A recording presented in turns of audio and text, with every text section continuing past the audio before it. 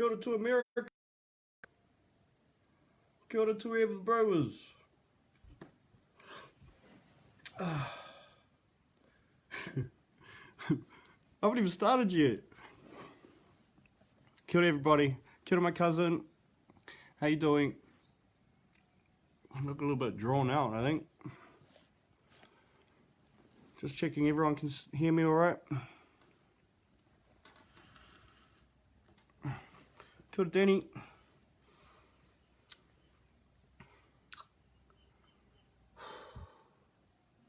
It's going to take some time to calm myself.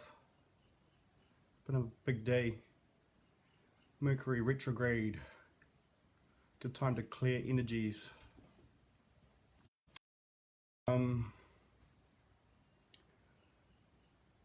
Today I packed out all my rubbish, which is quite good. Kia ora Christina, kia ora the bro, kia ora the cuz, how you doing? Yeah, so I'm just trying to compose myself here a little bit. So I'm going to start off with some scripture. Kia ora, bro Jay, up to my... I hope you stick around and listen to the kōrero or the whakaaro, because I think you might be tied up in it too, my cuz. So what I'm doing is addressing the elephant in the room within all the kaupapa, because I've had personal experience which has left me quite mamai. And I really need to get stuff off my chest. Cheddar butter trim up to. So yeah, as I say, I just want to start with some scripture. I'm not religious, but I do believe, and there's stuff in kia ora Ashley, and there's stuff that I take from scripture that I need to get me through. So this is it. And some fluff in my mirror. Judge not that ye be not judged, for with what judgment ye judge, ye shall be judged, and with what measure you met, you again. And why beholdest thou the mote that is in thy brother's eye, but considerest not the beam that is in thine own eye? Or how wilt thou say to thy brother, let me pull out the mote out of thine eye, and behold, the beam is in thine own eye? Thou hypocrite, first cast out the beam out of thine own eye, and then shalt thou see clearly to cast out the mote out of thy brother's eye. Give not that which is holy unto the dogs, neither cast ye your pearls before swine, lest they trample them under their feet, and turn again and rend you. Now, that scripture I've been thinking about a lot, pretty much ever since I started haka. I've been giving my energies a lot to people who sought to use them for their own benefit. But that's not what I'm here for. Basically, I just want to share my story about the elephant in the room, and if you know who I'm talking about. Unfortunately, she's blocked me. I wanted her to be able to watch this, because it's hard out. It's fucking hard out, and I can tell that is doing the same stuff to other people. So I'm going to start from the beginning. When I first met Ash Bashan, which was Matariki this year, which fell on my birthday, July the 16th. I'd met her a few days earlier online. She was doing a live, and she was talking about how heart palpitations and stuff like that. And kia ora the bro, tangata, Kyle, aroha mai. This is a bit of a personal endeavour, but I tell you, the story is pretty wild. So especially in terms of energies, So this is an interesting one, my cuz. As I say, I met her and I reached out to her because she said she was having trouble with her heart. My mum was hurt Christmas Day last year. Long story, but a lot of tohu within. So when I heard that Ash was being hit or whatever with her heart, I reached out to her, and only for love and trying to figure out what she was doing and what was going on with her. So that's when I first talked to her.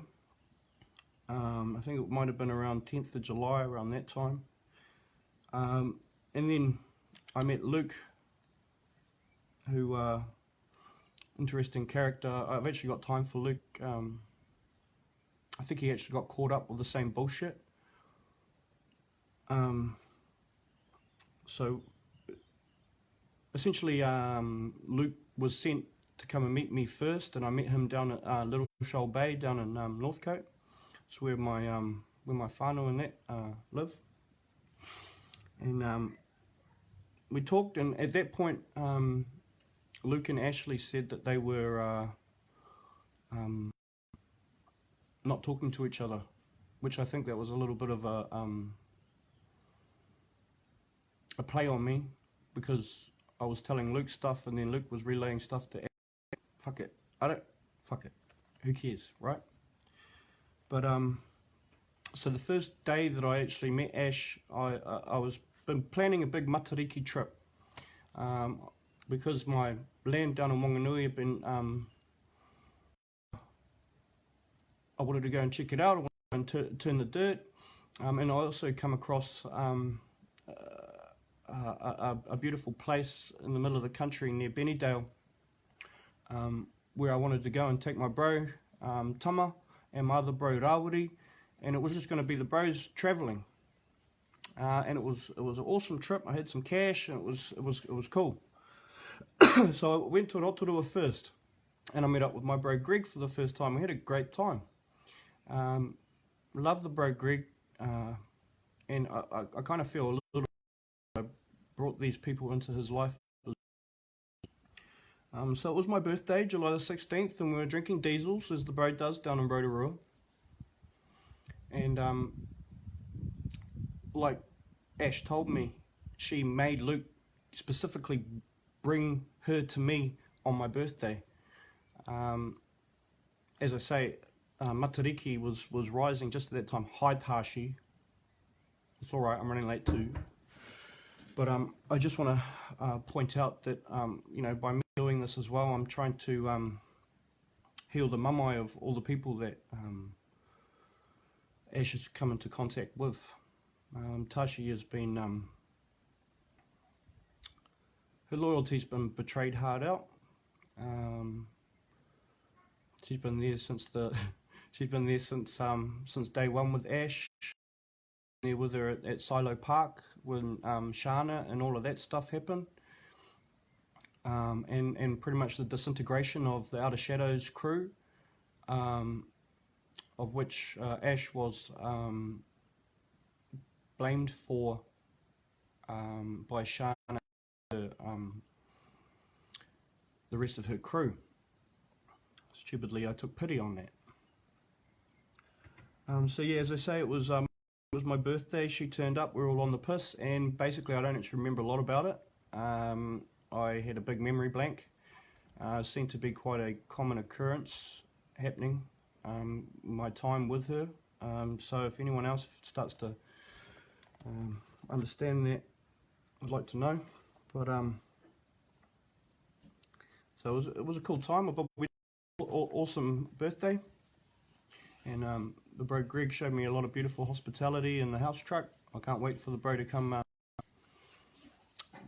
bring that house truck somewhere. Should be awesome. But I'll just stick to the kaupapa. So the next day, and we were getting geared up, ready to go to Bennydale. Loaded the car. We were ready to go.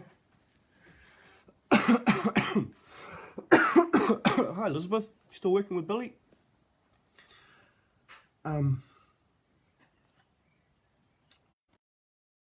Luke and Ash started a massive argument, and they were taking up time when we were leaving, and I was starting to get angry. And I know what Ash had set off, Luke, why he set off. She told Luke that one of us, out of me and Greg, was the prophesied chosen one. Ugh. Stroking somebody's ego. Now that's going to be a common thread without the stroking ego.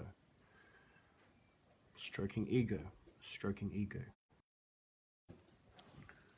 So Luke freaked out, jumped out of the car and went straight up to Greg and got very aggressive to him. And Greg's just going, wow, what the hell is going on? Greg's a lovely man. He's not violent at all or anything. So, you know, I started getting pissed off and I said, look, sorry, I remember Luke said to me, well, Corey, you come have a talk to me. So I did, and I said, look, no one here's the chosen leader. If you want to be a leader, you stand on your own mana, and you do that. You know, why are you trying to follow anyone? You know, I don't follow anyone. So that's what it's about. So basically Luke just shut up straight after that, and it was kind of funny to see. Anyway, Ash asked me to go for a walk in the bush. Is everything okay? Is it all ka pai? Is Ashley's having a hard time?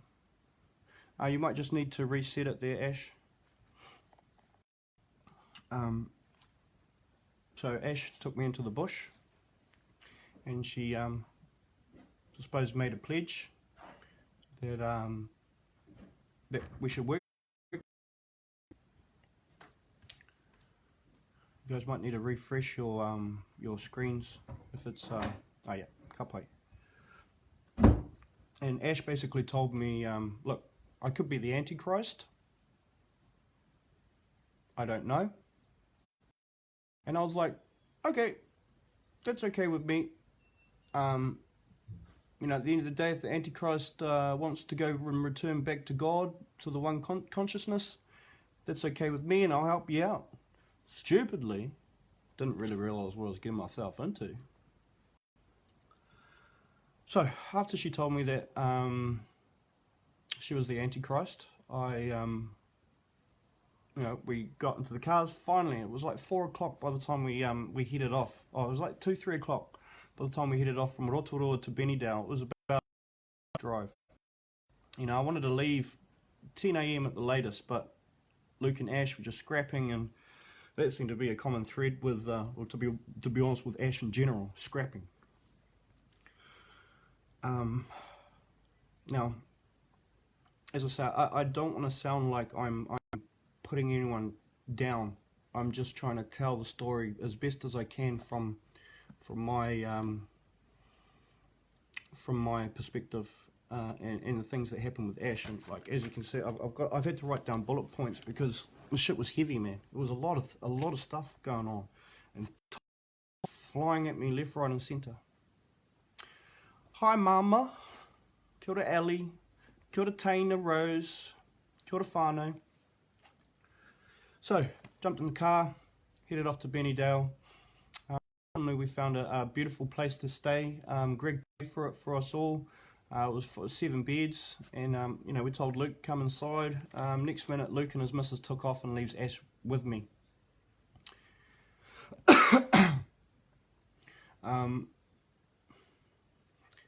Out of the blue. Essentially, I from that point I was kind of stuck with her. But you know, at that point, I thought she was awesome. I thought Ash was the most beautiful person I'd ever met. So you know, I was happy to get a beautiful place for her, get a bed so that we're all nice and refreshed for the next day, because the next day was going to be a big day. I was going to take everyone to the marae, out to Miringa, blah blah blah. I don't want to talk about too much about what happened there, but I felt like I was doing good by her. She didn't come with any money. She just come with a bag full of a whole lot of stuff, and basically I had to try and fit it all into my car, my poor car. It's got bad back shocks, and bro, we were shaking to. You know, and so to Miringa. And so that night at Benidorm, we all went to bed. Ash and I had a room together, but it was separate beds. And you know, that's when I suppose the ego stroking from her to me started, you know, and she started creating a reality, a warped reality for me. I suppose I should just touch on quickly that I got some type of energy that I'm able to give off. I don't really know what it is, but I know it's just full of aroha. When I bring energies in, it is a direct violet flame from above, and I feel like I can channel it quite well. But I don't want to get into too much of that because you might think I'm crazy. But I suppose we are going to be getting into it because fucking crazy. So she jumped on my bed and became intimate with me. And at that point, hi Ben. And I knew she had a partner. I don't know if no, actually, sorry, I didn't know she had a partner at that point. But she jumped on my bed and we began to get intimate.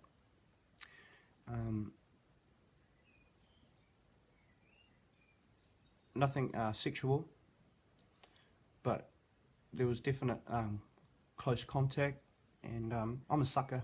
When people get close to me, I give out a lot of love. I give out a lot of my energies because I know they're healing, and I suppose I really felt in Ash Mamai a lot of problems, and I wanted to help her with that. Her name's Ash Basham, Kane the bro, up to chair the cuz. Just another one of these people that I've been along this rocky road of revolution. And where was I? She jumped on my bed, and I started catching feelings. Yeah, cool. How are you, my sis?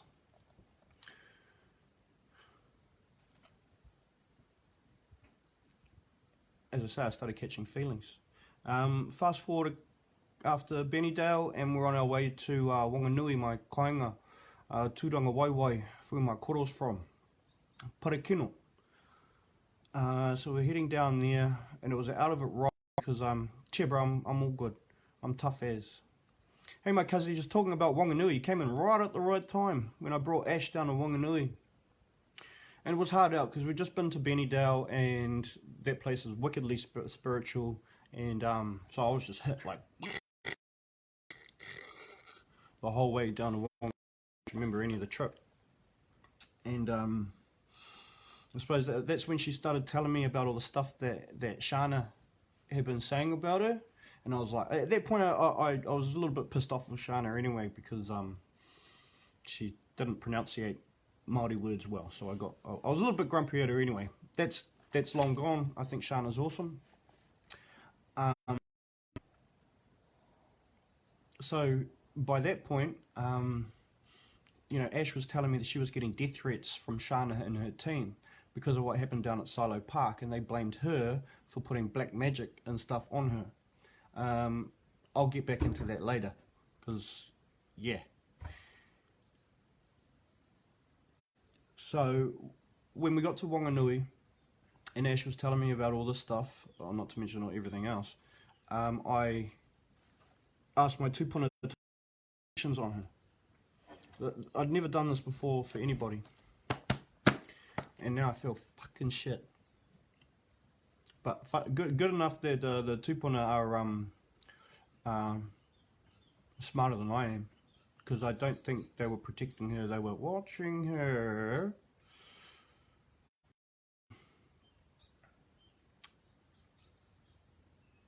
And yeah, as I say, it was I brought her into my whare tupuna,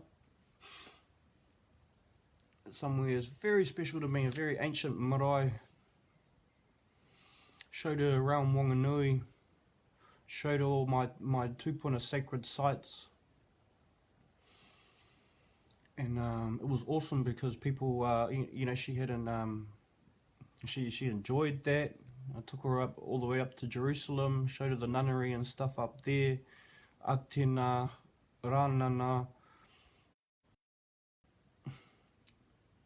beautiful sights up in Wanganui, and as I say, she didn't pay a dime.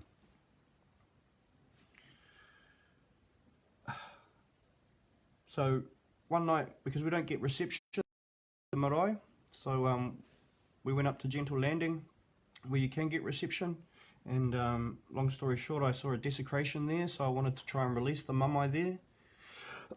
So we went back up there at night time and lit a fire and that was there from the previous desecration. And as we were doing that, Ash was in the car on her phone or whatever. She had the fucking lights on. Car battery went flat. She told us, "Oh no, like it wasn't me." Like, yeah. And in the passenger, in the driver's side, she couldn't turn the car over. So to me, it sounded like a setup, but it might not have been. Who knows? All I know is that that night, we went through very harrowing arguments. Me and my two bros. Apparently, it was all my fault that the fucking battery went flat because of my bad thinking and the fact that I didn't do a ceremony properly and shit like that. That's bullshit. When I want to do rituals, all I got to do is think about it. All I got to do is think about energy releasing and kapai. Most powerful tool I have is so. Apparently, it was all my fault, and she started harassing me. Basically, I couldn't even get away from it. I didn't want to talk about it anymore, but she kept on forcing, and I suppose that's when the disintegration of the relationship between Tama and I began, because she just kept on incepting thoughts into our brains that we were all doing horrible things to each other and things like that. Very confusing, and she was very good at it. And I don't know if she realizes if she's doing it or not. It's quite wicked. But at the end of the she was just focusing on me getting angry, and of course I was angry. My car was flat in the middle of fucking nowhere. I'll walk back to the marae.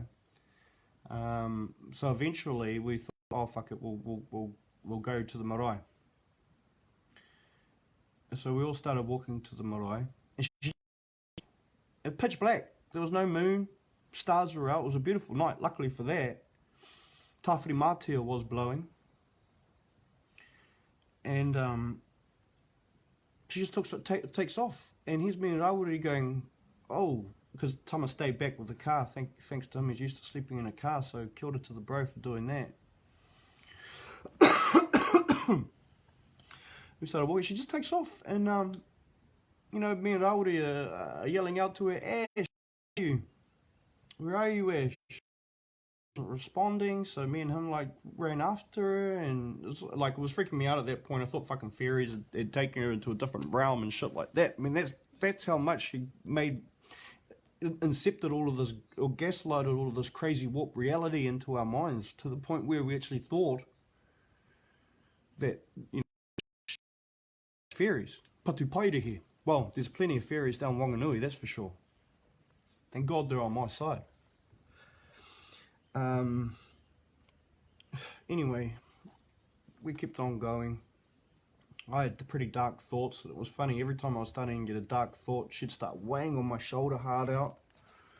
I thought it was all my fault that she was getting hit and being attacked, apparently. But in honesty, I think now a whole lot of playing up, tangi wito, because go and don't just start going for no reason. And that's the sort of stuff she was doing, and it just now it seemed like she was playing on it. Anyway, we got back to the marae, everything was all good. Long walk, kia ora kau, up to. So that's Wanganui. And so we left Wanganui and was Port. So what was that? It was about I just want to point out as well that I took her to every single maunga in the country. So we went up to Castle Cliff in Wanganui so that we could see Taranaki as well. So that was awesome. And that's when she started to tell me the stories of us being entwined vows. And I was like, oh, really? Do we have to be? Because, I mean, anything in past lives should have been done and finished in those other lives. Nothing should be beholden to the people from prior, continued. I don't remember any of my past lives. I don't know if I really care to.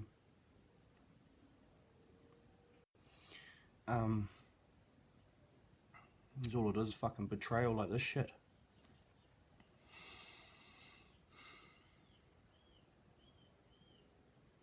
Anyway, Taupo. So we got to Taupo, found a beautiful place. The bro David, it was an Airbnb, $80 a night, fucking beautiful. Remember, I'm paying for all of this. And me and the bros were probably just going to sleep in the car, you know, if it hadn't been bringing her. But, yes. And that night, she suggested that we do a meditation session. I was like, okay, cool. It's my first time ever doing a meditation session. And she wanted to bro Ike up to my cuz. So she wanted to do a Kundalini meditation. I don't know if you guys know anything about Kundalini, but it's the rising snake that comes out of your asshole or something. Long story, Google it. So she puts on this YouTube video, and we start meditating over the chants. Next minute I black out, don't remember anything, wake up.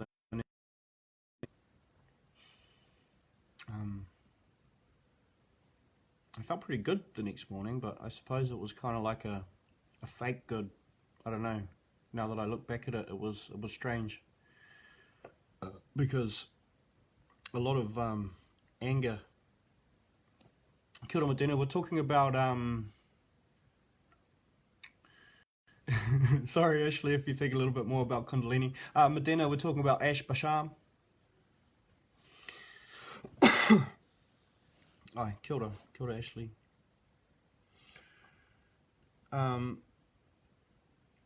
As I say, so I had blacked out when we did the meditation session, and that day we were going through Tangoyo, Kahanunu. So what I was doing during that trip, I was going back to all my tupuna places so that I could go to the awa and say hello to my tupuna, basically. So I took her to Tangoyo, to the waterfalls there. We didn't actually go to the waterfalls. She took off into the bush, into some fairy route, something like that is what she described it to be. Anyway, we went to go from there. And my car can only open through the boot. Like I have to use the keys to open it. I fucking locked the keys in the boot. And they fell all the way through the luggage. So I had to take my back seats down, pull everything out, blah, blah, blah. And then can take the keys out. It was like a big head fuck because it started raining. All our shit started getting wet. And she said to me, oh, don't worry, it's divine timing. I'm like, don't fucking tell me it's divine timing. Fucking, this is fucking me off. And then again, it's all my fault. That I wasn't able to compose myself, that, you know, all our shit was getting wet and shit. Divine timing, she called it. So,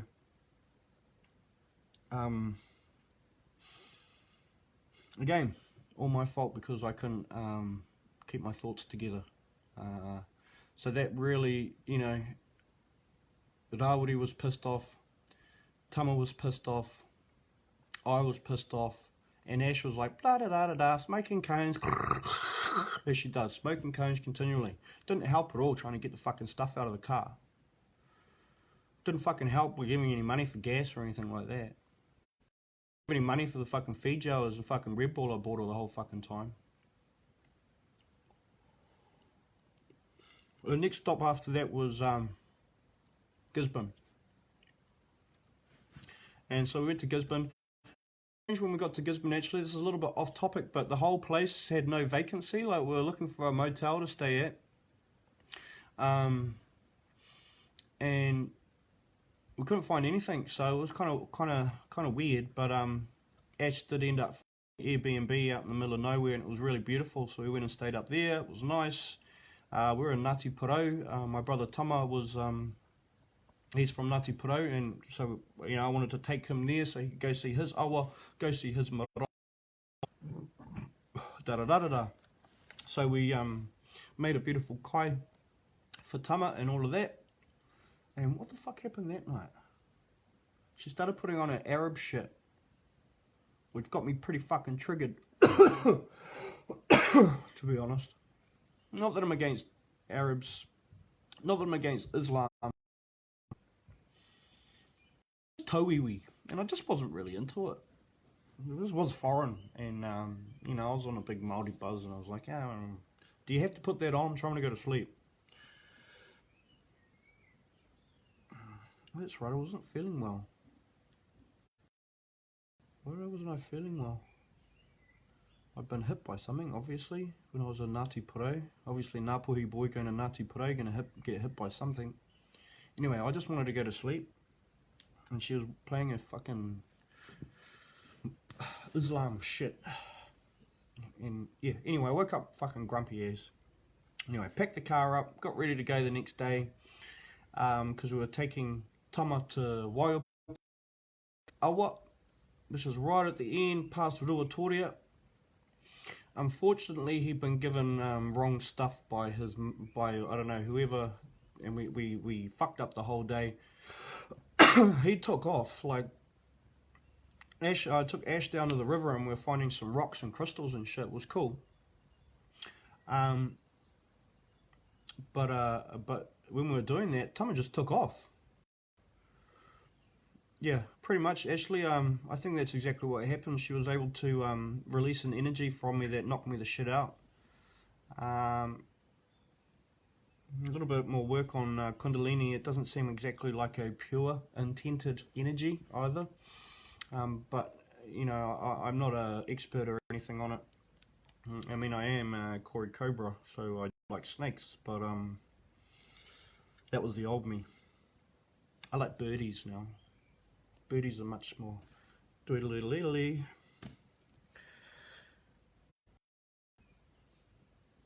So Tama took off. That was the first time when I suppose I found, and it was just strange, that me and the bros started to our relationship started to disintegrate. Because we'll fast forward a little bit here after seeing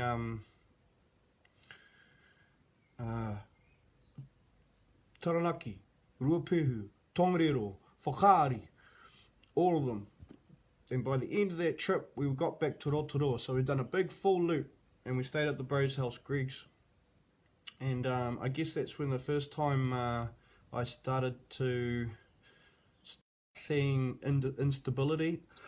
Sorry, I don't know why I'm coughing. Instability within Ash. Because I was, by that point, I was telling her, I was fucking getting pretty annoyed with her. I can't exactly remember what the things that were making me pissed off, but I guess it was Tupuna going, boy, what are you up to? Boy, what are you up to? Boy, what are you up to? Because by that point she was telling me that she loved me, and when people tell me that they love me, I start going, oh, hang on a minute, maybe I love them too, but maybe I don't, or I don't know what's going on, but she obviously had a spell or some description on me. And it was one of guilt. And so when I told her, look, you got to go, I don't want you around, she told me, I want to kill myself. I want to kill myself. I want to kill myself. She wasn't going to kill herself. She was saying that shit to me to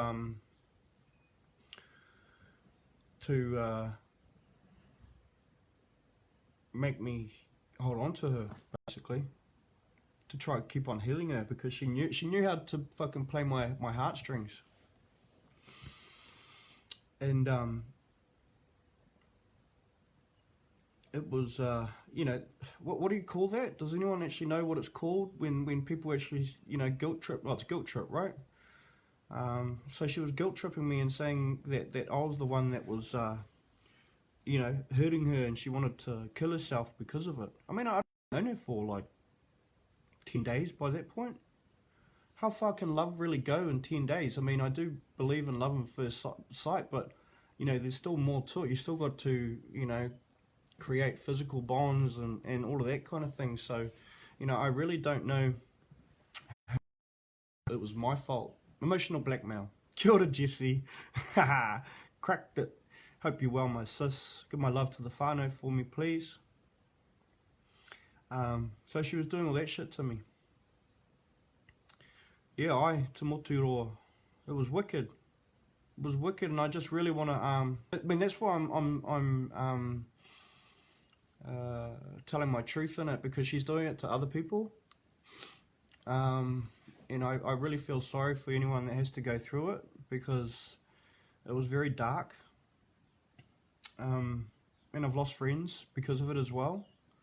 Tama became very jealous of the relationship that was going on between Ashley and I. Tama became jealous and started sticking up for her rather than me. And so I said to him, well, you can get fucked too. And he did some kind of out of it stuff after that as well, like just turning up at my whare whānau down in up in Auckland, and just like waltzed in the door and just grabbed his keys and took off and didn't really say anything to anyone. It was quite strange, and it's not like him as well, kind of thing. So, you know, that was my first friend that I lost, and I suppose I should have started seeing the signs at the beginning of what she was up to, and that was destroying stuff. And yeah, Tashi, she's done it to lots of people. And so Rotorua, lost the bro Tama, he took off, and so I'm still with Ash and Rawiri. So we head back to Auckland. It was my auntie's 50th. She's born in July too. She's a World Tribe of Judah. It was my auntie's 50th, so I invited her to the party. Of course, still had no money. And it was lovely. My mum really liked her, the whānau liked her. She played a good role. And I bet she couldn't wait to get her fingers in more with the whānau, to be honest. Too bad they're so fucking tough. My whānau's got the strongest wairua. So, thank our creator for that. I just need to get some Vicks. I've just got a frog in my throat. Somebody's playing tricks on me, trying not for me to speak.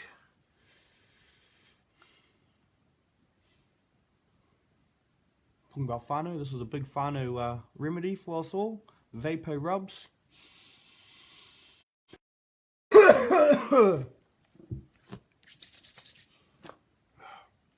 So I took it to Auckland.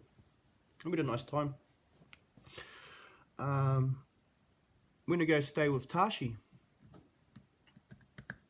And it was 9 o'clock at night too when we turned up at Tashi's, and I wasn't fucking okay with that.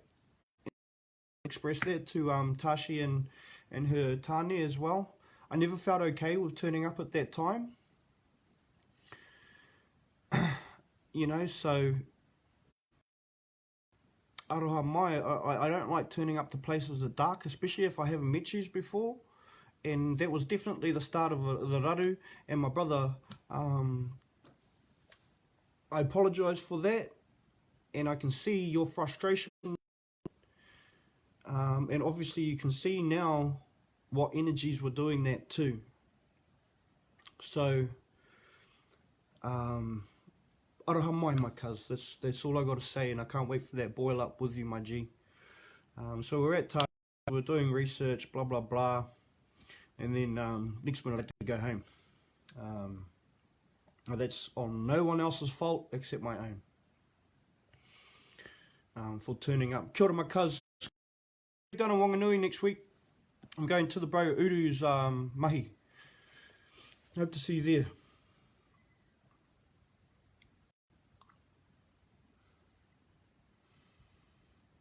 So, met Tashi, Auntie's 50th. Not really much happened in Auckland, I think. I think she gets a bit hit by 5G or whatever. Which is, I don't know, who cares. Anyway, so we head back to Hikurangi, where she lives. Hikurangi, the cursed place of fucking Te Tai Tokoro. And I noticed a wicked change in her real quick. Like, she just went really insular, didn't want to talk to her and stuff anymore. We turn up at her house. She didn't offer us a cup of tea, didn't offer us a coffee, didn't, you know, suss out beds or anything for us. So I got real fucked off, and I basically told her, "Kaui te manaakitanga. Where's your welcoming to your guests?" Kia ora, the bro Jazza up to? Because she showed nothing. And that was, I suppose, one of my first signs. Like, her place was a bit of a mess.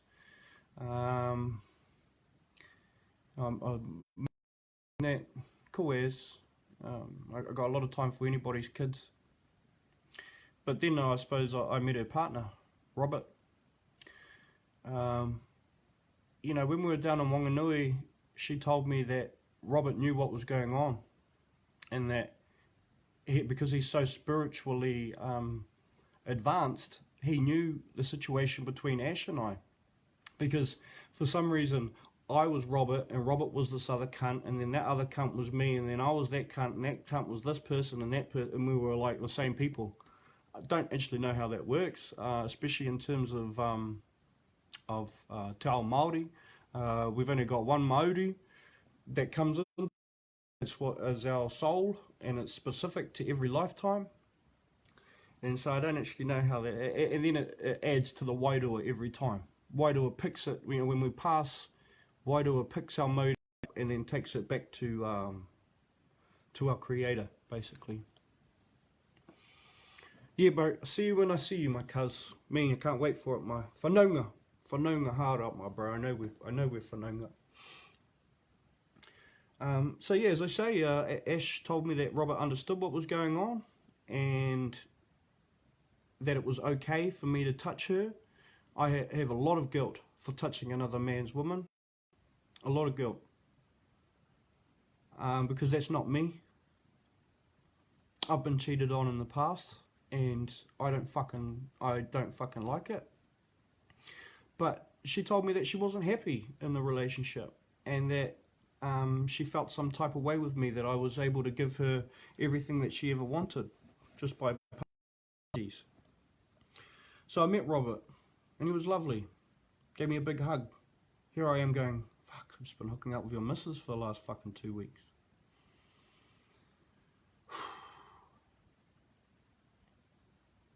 But I held it in. Watched, you know, by that point, I had a lot of feelings for Ash. Brought her to bed every night with him. Heard them fucking. And that was quite distressing for me. She told me that when he entered her, all she could feel was pain. I guess that's even more gaslighting. The moans that I was hearing from that room didn't sound like pain to me. No shit, guys, I really do apologise, but I have to say it because it was really hurtful, and she didn't give a fuck. She didn't give a fuck about the way that I felt. She didn't give a fuck about the way that Robert felt. Ashley and I were spending time together. I really only think that she only gave a fuck about destroying people's fucking lives, including her children. And I think that's the fucking saddest thing about all of this, guys, is that here she is standing for children when she lets her eldest boy, 12 years old, stay up until 2, 3 o'clock in the morning every day playing Xbox. And then when her partner isn't home and he's at work, and she, fair enough, he only just works like across the road from where they live. But a 12-year-old to look after a 2-year-old at home by themselves, it's fucking illegal.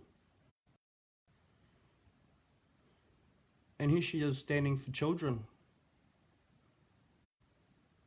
She didn't even have any physical contact with her son when I was there.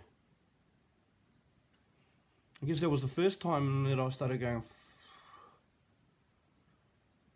But she just told me, "Oh, I'm doing it for the cause. You know, I'm so focused on the cause that kids, fuck my relationship, fuck all this. You know, the cause, the cause, the cause."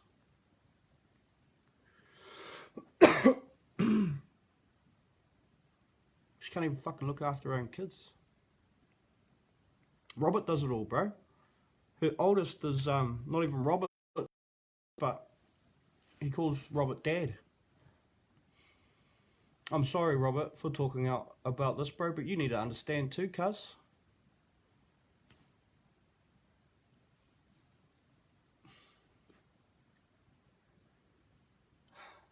I'm glad they are, Ashley, because she's been doing this shit to fucking everyone. Kia ora, my cousin Andy. We're talking about this chick called Ash Basham. She's been going around all the different kaupapas fucking them up, basically. All the revolutionary kaupapas, truther kaupapas and stuff like that. I don't really know what she thinks she's a plant. I tell you what, every time I said to her, "Fuck, you're a fucking plant, bitch," she just nut off. "I'm no fucking plant. I'm no fucking plant."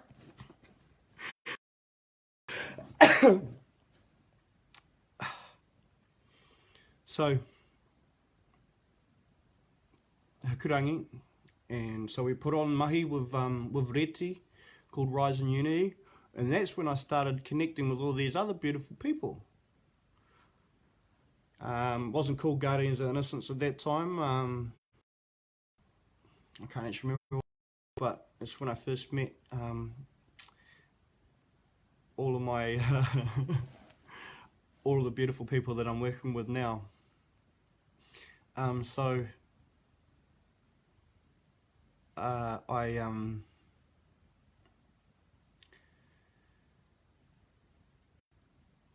I take the goodness from that situation and understand now that if it wasn't for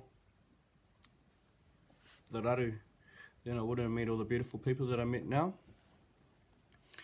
So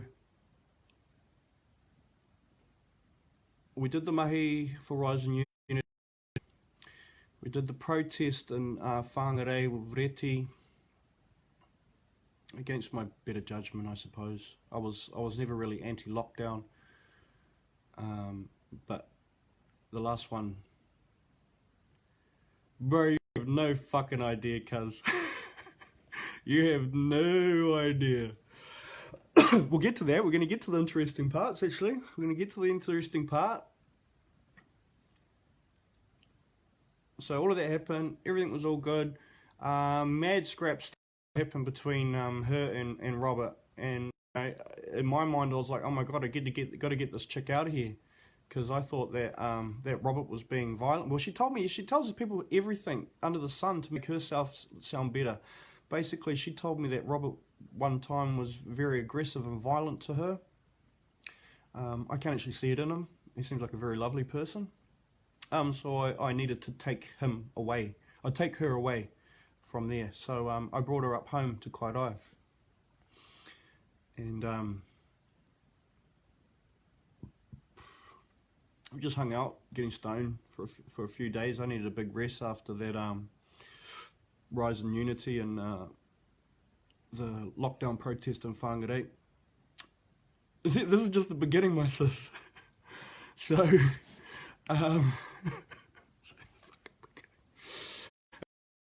the beginning. And kia ora the bro, Andy.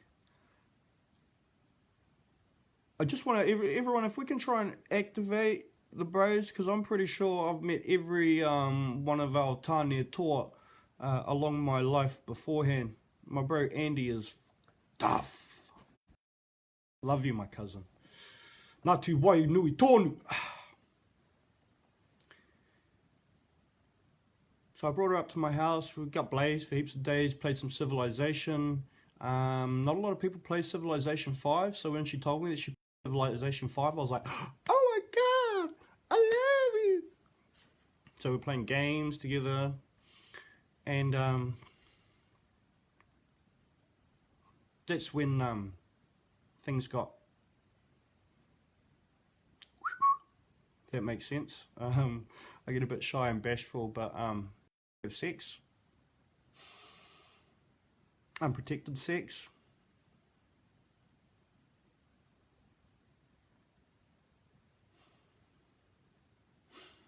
I'd made a vow of celibacy for Haka the Beehive, so that I wouldn't get distracted by these kind of things.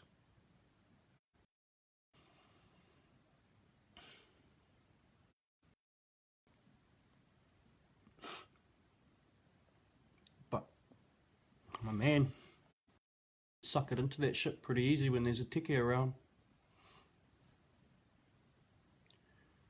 So yeah, we had sex.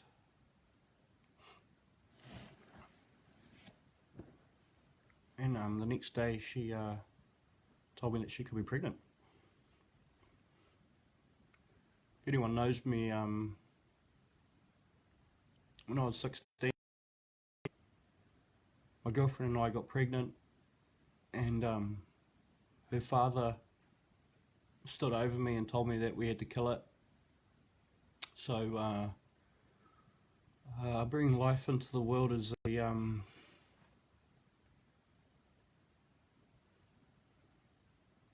Mama nui. Mama nui. But we'll get to that. She started crying once I'd finished, which was kind of strange.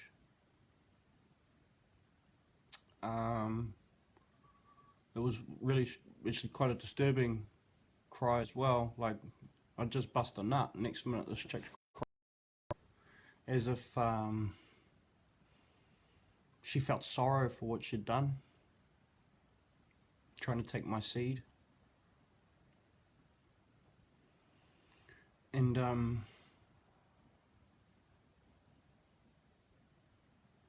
she didn't exactly say that she was pregnant, but you know, that's kind of what she was implying. 3 days, you know, 3 days later, I was fucking pleading my tupuna, please do not let this happen. Please do not let this happen. So it was the last night that she was staying at my house, and we were going to Mototo to with, I think, Tia. It's the strongest energy, you know it, brother? Sakru! Go the Sakru! Rah! Anyway. Where's the code word? Where's the code word? It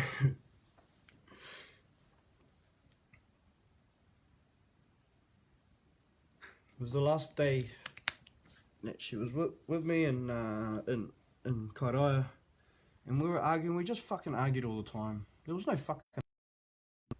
no love. And if anyone knows me, I'm not a very argumentative person. I mean, I do at times. Thanks, Jillian. Bit late there.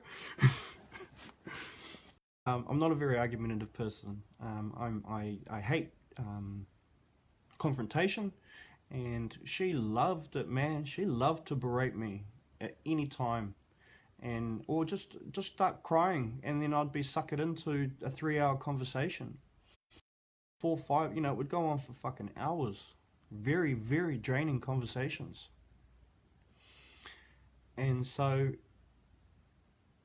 she we were going to bed. She was going through some shit. She started praying, and I Next minute, my heart just started beating out of my chest. Like I've had anxiety and stuff in the past, but this was weird. This just came out of nowhere. Like I was fine. I was just going to sleep. I was nicely stoned. Next minute, my heart just going. And I started flushing with hot sweats, and I was like, "What the fuck is that?" Next minute, her phone dings, and I was like, "Here we go." I literally knew what was happening prior to what was happening. And she said to me, I said to her, "What the fuck's going on?" And she's like, "Oh, I was praying, and someone heard it. This guy called Nick, some fucking coconut or something like that. Sorry, I'm sorry. Some I don't even know who he is. So it looked like a Māori or something, but I don't know who he is. But apparently I'm him too. That's what she was telling me. So I freaked out. And she told me that he had come into my house, sent his energy into my house and protected her. And I was like, what the fuck? Who do you think you are, letting other people's energies within my physical boundaries, you know, of my sanctum, my house? I love my house. I don't buy that cunt so that some other bastards can send their energies into it. Pissed off. I was like, nah, I'm not having this. So I got up and I made my bed, and I came out to the lounge. So I was like, look, whatever's going on in here, sweet, but I'm not having anything to do with it. So I'm just going to move to my lounge. So I did. And next minute I hear her sobbing from the room on the other side of the house. Like, you could obviously she was doing it to cause attention. And I was like, oh no, my poor dad. Why do I always have to bring so much shit to my house? And so I started getting even more angrier, because I could hear her getting louder and louder, wailing like some sort of harpy or siren or something like that. So I was like, I'm going to get out whatever is in my room right now. So I walked into my room, opened the door, fucking went. And my room was black, man. Like, I'd never seen my room so black in my life. Like, I couldn't even see past my own anything, you know. It was out of it. And after about 5 minutes of me just standing there, just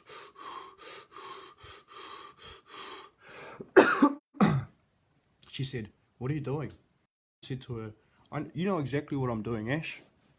And she was like, can you come and lie down, please? And so I did. I felt like I'd staunched out whatever was in there by that point. So I sat down. So I lay down with her. And she said to me, do you love me? And I said, I don't think I do. Next minute, she starts having a fucking panic attack. Freaking out. So I switched the light on. And I was like, calm your fucking shit. She wouldn't. So I grabbed her face, put one hand here, like this, and I grabbed her other face like this. Now, I'm not a violent person, and this isn't that painful. I didn't actually know what I was doing at that point either. So I did that, and I said, get out! And she was starting to melt, like, oh, it hurts me, oh, it's hurting. It wouldn't have hurt. Now, don't get me wrong, it wouldn't have hurt. Next minute she calms down, she goes to... Now, actually, I just want to put it into context. About 3 days earlier, we were watching a movie called Rosemary's Baby. I watched it before. I'm pretty hard. I've been watching horror movies since I was 5. It's just what Bloody Marys do to their kids. So that shit doesn't really faze me. The minute that the satanic incantations of that movie came on, she fucking got she's... The other stuff that was quite interesting about when she slept, a few times when I woke up, and she'd wake me up because she was snoring like a fucking demon, man. Like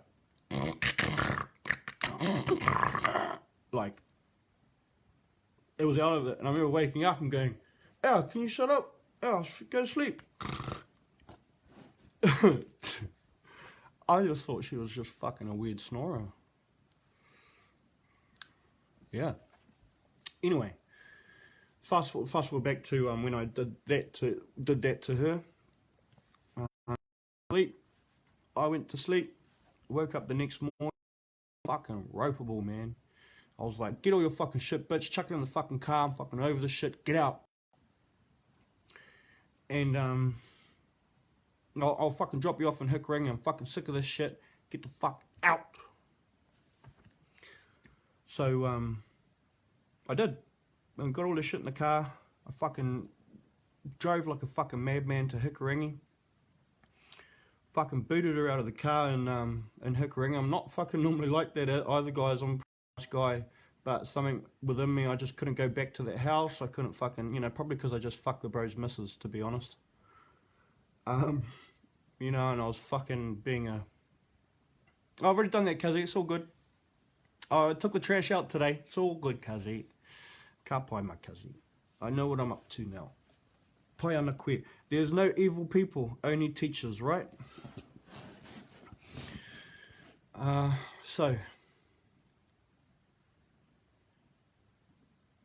dropped off Hickoringy, outside the shop, dumped all her stuff, and she came back, got her car, blah, blah, blah.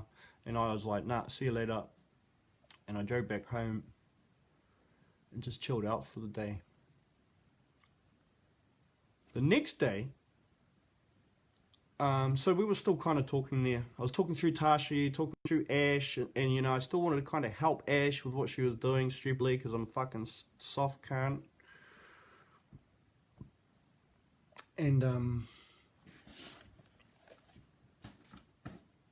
it was the next day, and she'd taken off to Auckland to pick up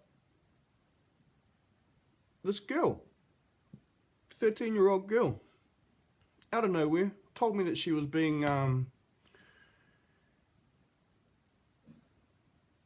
fucking groomed and shit like that.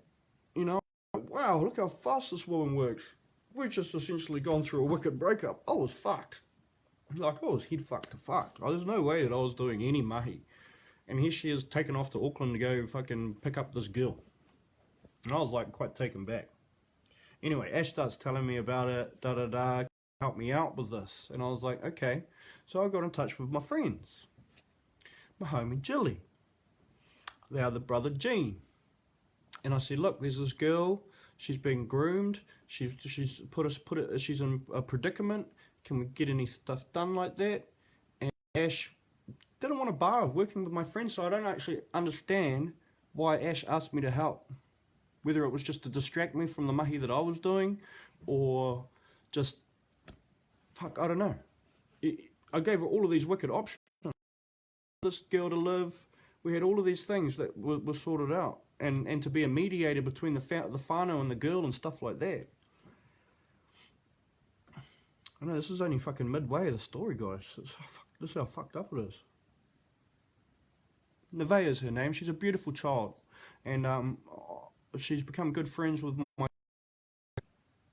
And if anyone knows, you know, it's just really beautiful to see them having and growing a strong friendship.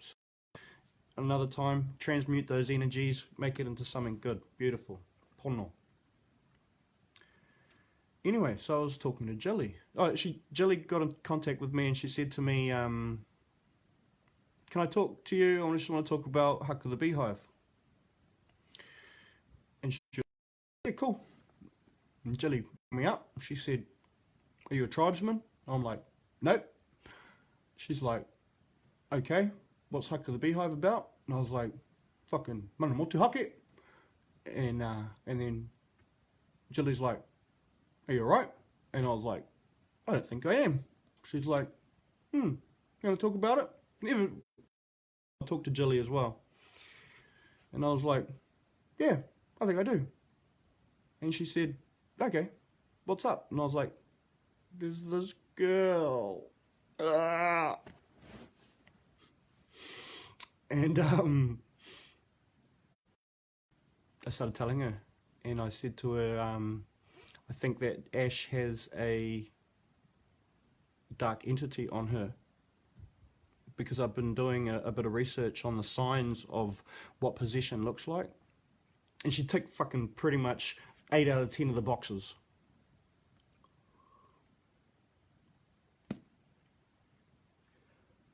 And Jilly said, yep, there's an entity, and you've got it on you now. And I was like, okay. And Jilly helped me remove it, and I gave it the respect and love that it needed to its creator. We finished off that ceremony last weekend, actually, and I guess that was the first time when I realised what sort of shit I was getting myself into. As I say, I'm still trying to help fucking Ashley at this point too. Now, what's really interesting is, I remember saying to Tashi, you watch, Tashi, once we get this this entity out of Ash, she won't love me anymore. I'd met this entity before in another person, and this person had a unholy lust and love for me, such as Ash. And sure enough, once the entity was gone, Ash had texted Tashi and said, I don't really see him in the same light anymore. So, yep. And so, this is quite funny. Fucking entities in love with me. So, but it was still going, it was still continuing. It's not the only entity that she holds. And fast forward a little bit, and I reached out to Shana, and Shana and I started talking, and I told her that about the entity story, and Shana confirmed that she had the same thing happen to her while at Silo Park. She had to get in touch with the church so that they could exorcise her with this entity that had been placed on her by Luke and Ash during a midi session that they had done on her when they massaged her. I'm really gutted that Shana's not here, because I think it would be a lot of healing for her as well, because she was raked through the coals by these people as well.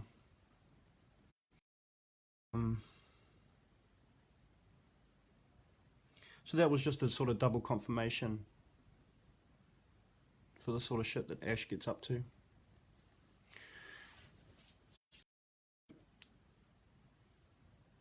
Now we get into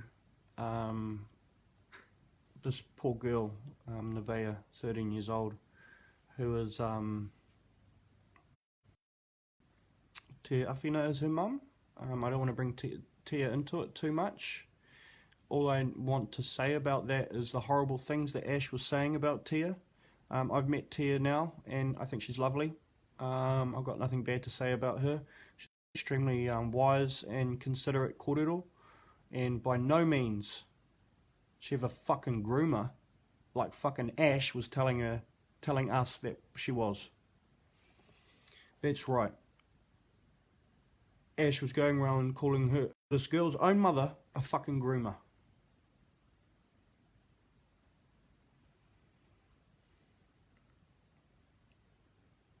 I can't believe I fell for it.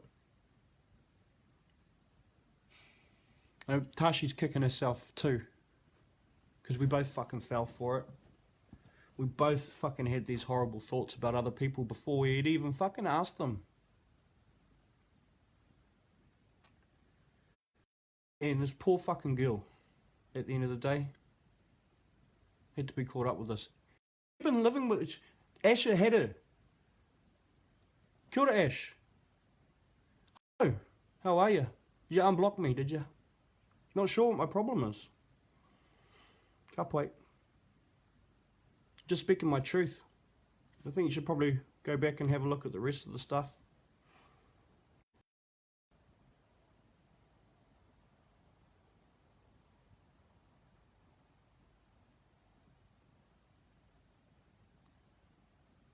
You'll be calling the police for defamation. Why? What in your right mind thinks that I'm defaming?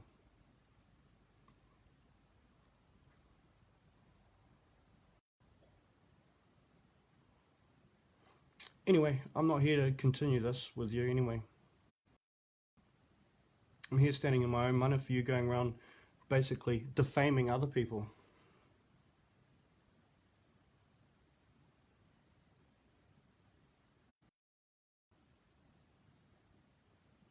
Like Tia. Yeah, I've been told and heard some things as well. And, you know,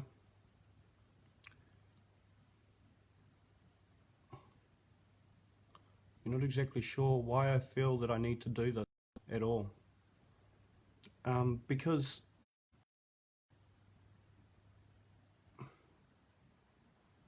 there are a lot of people that have been hurt.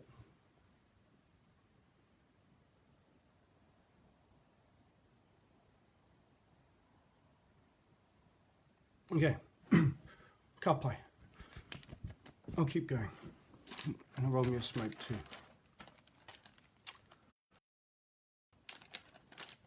I'm going to say another prayer too.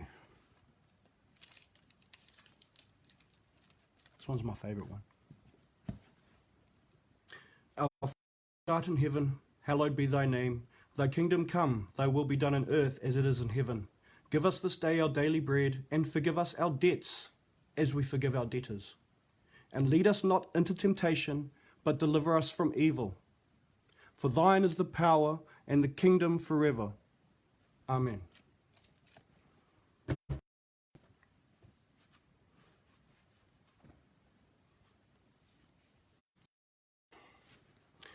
So, Ash was telling us how Tashi, that Nevaeh was at a brothel, and she told me that Nevaeh was somewhere else. And Nevaeh's a lovely kid too. I don't actually know where any of this came from, but basically she was trying to tell us that Nevaeh was being groomed by her mother or some bullshit like that. Come Ash, tell us if it's true, bro. The shit that you were saying to us.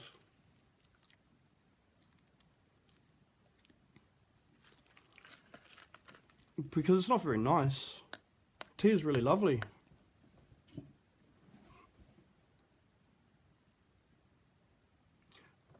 I caused you a lot of hoha, Philip. What the fuck did I do to you?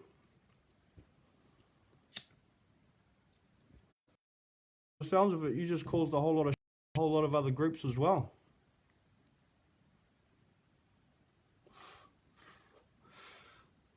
You couldn't even speak in front of me, bro. Out of the Oh, you're talking about me, Philip? Sorry, I'm just sorry, bro. I might have got caught up there. Cuz sorry if you're talking about me or if you're talking about Ash.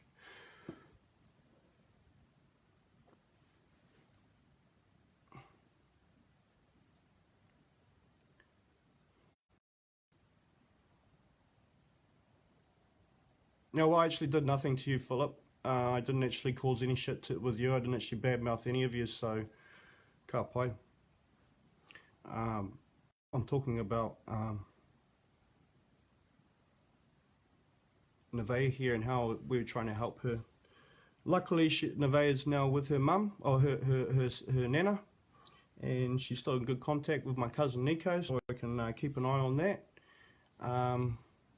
Philip, like, if you can see what's happening, I mean, I always stand on my mana. I never had any issue with you. You've never done anything to me, so why should I have any problem with you, my cuz? Yeah. Because Haka the Beehive is only strictly for kaupapa. Pure intent. My only pure intent is to get as many people down to the, of course she did. That's what she does, brother. She dragged me down into it. Because we're soft. we're soft, and all we can do is love.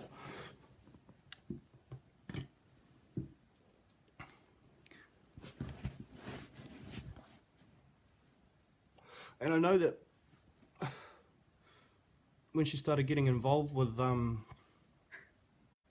One More Child and that kind of thing with Vix and all of that, that fucking shit just started disintegrating. And luckily, Huck of the Beehive, I was still the one that was like only holding it all together by myself, so I didn't really have a crew or anything to get destroyed by it.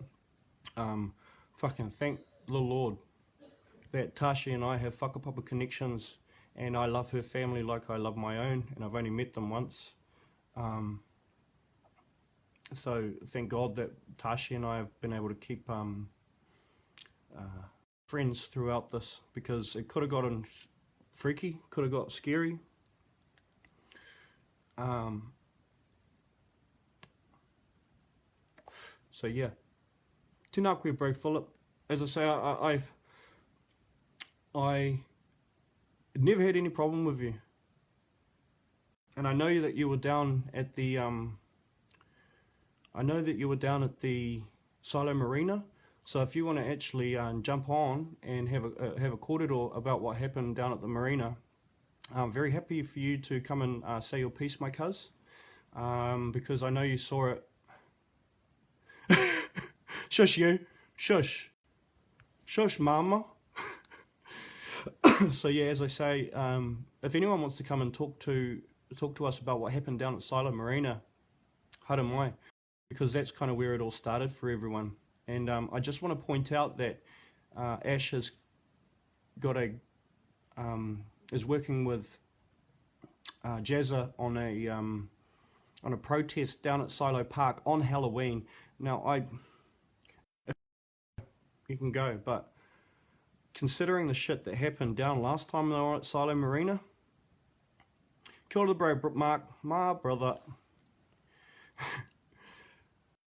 I would suggest people not to go down to Silo Marina on Halloween, man. They fucking eat kids there. Yeah, if you'd be happy to, brother, I'm very happy to too. I just don't know how to bring you up into the video. I think you've got to press a button or something, I'm not sure. Because this is where it all starts. And what's really out of it and buzzy about it all is that she lives in Hikurangi. Now my nanny... Yeah, I bet you guys are. Halloween's just not the good time to be out there protesting, man. You guys are all going to get fucking... You guys are all going to get zapped by something if you go down there, tell you that much. What was I talking about?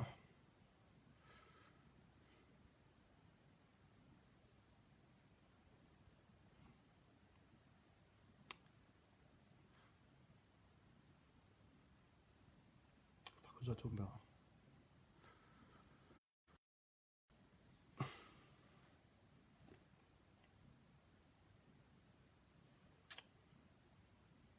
Kia ora, bro Mac. Kia ora, bro Craig. Up to... Do you like my flag? I don't. But I'm not talking about the flag.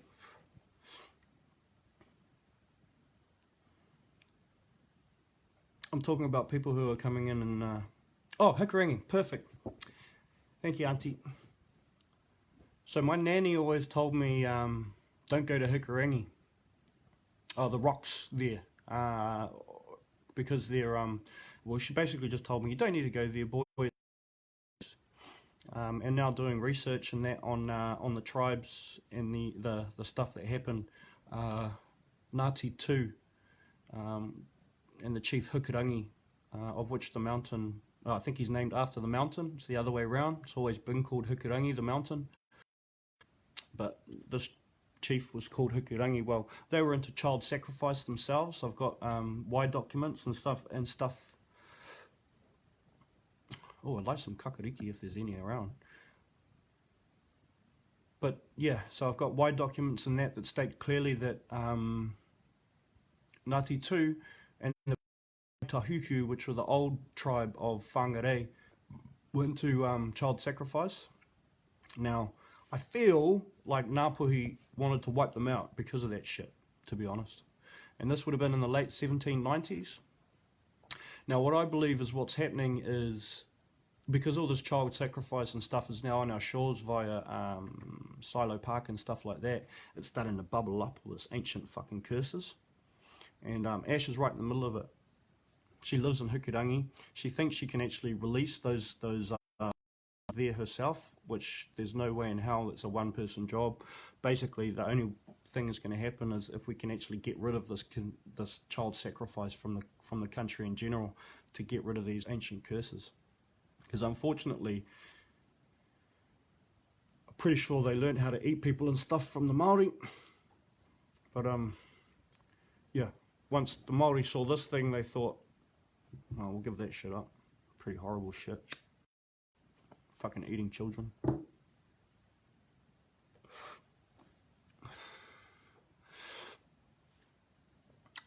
So yeah, she's in the middle of that.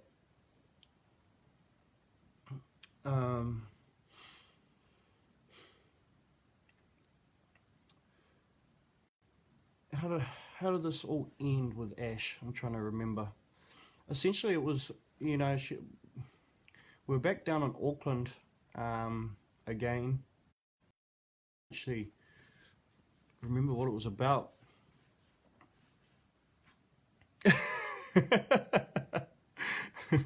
Yeah, fuck no. Fuck that shit, bro. Fuck being down there on Halloween, cuz. Stay at home with your kids. So I was at my mum's house. It was the last day I think I seen Ash. Ancestors going, no, we'll just grab those thoughts. You don't need those, boy. We'll just take those out. You don't need to hear them. Kaka, blah, blah, kaka, blah, blah. So I just came to the realization that, fuck, I can't work with you anymore. I can't communicate with you anymore. I'm done, basically. And I was, that was the end of it. And I suppose that's when it all ended. When I just had the epiphany that I can't continue talking to her. So I suppose all I'm doing here is just trying to caution people. So if anybody has had conversations and that with her where you just at the end of it just feel like, what the fuck? I can't even remember. I'm so confused about all of this. Hang on, I just want to see what you said. Have been hurt by the way of Ash through. Thankfully, all is how it should be now, so I let that go. So I'll jump on in a sec. Kia ora, bro. Yeah, you know, Tia's doing a lot of good mahi, and I think that Ash was just jealous about it. And to call her a groomer is probably one of the most horrible things you could possibly say about someone.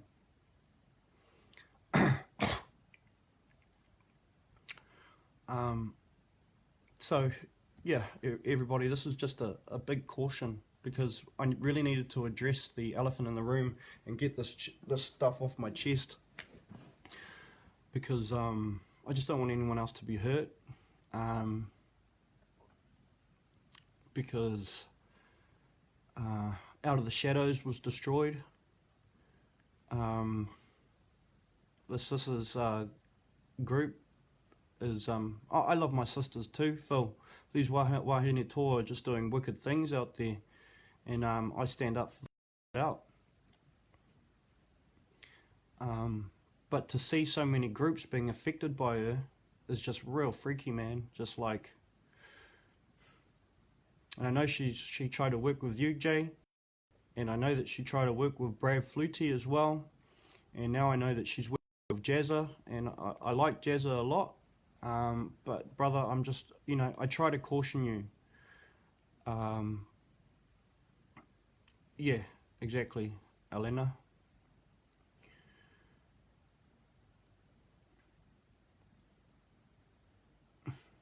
I just don't want anybody to be this anymore, because it's not kotahitanga. It's not unity. To start seeing all of these groups just crumbling because one person has been able to go in there and start infiltrating and just say bullshit about people left, right and centre. I'd love to know what she's been saying about me. Um, I just want to put it out there that I've only ever really stood on my own mana. I don't really like to go around backstabbing people. I mean, even if people give me a hard time and try and defame me, I'm not really the type of person around giving people shit, or giving that person shit. I mean, I had someone today, Eileen, just because she didn't like that I smoked. Yeah, I love Jazza. He's great. And Eileen was trying to give me a hard time, and um, I'm not going to give her a hard time. Poor lady's fucking off the rails, it seems like. And I suppose that's one thing that I want you guys to all realise too. If you fuck with the kaupapa or what the tupuna want, you're going to go porangi. You're going to go mental. And it seems to be that a lot of people are getting caught up going down the wrong paths, and they're going crazy. Um,